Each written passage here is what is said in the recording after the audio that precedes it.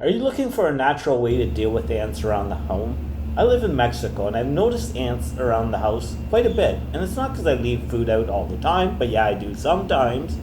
But it's just they seem to get in. I mentioned it to a friend and she told me a natural way to kill ants. And it deals with mixing borax, sugar, and water, bringing it to a boil in a certain ratio, letting it cool down, and then putting cotton pads, soaking them in this mixture, and then leaving them around where the ant trails are.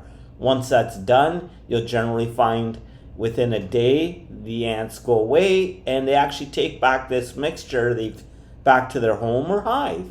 So it does help reduce ants significantly at times. Now you may have to repeat the process several times or continually do this, but ever since I have been using it, the ant problem has literally diminished quite significantly.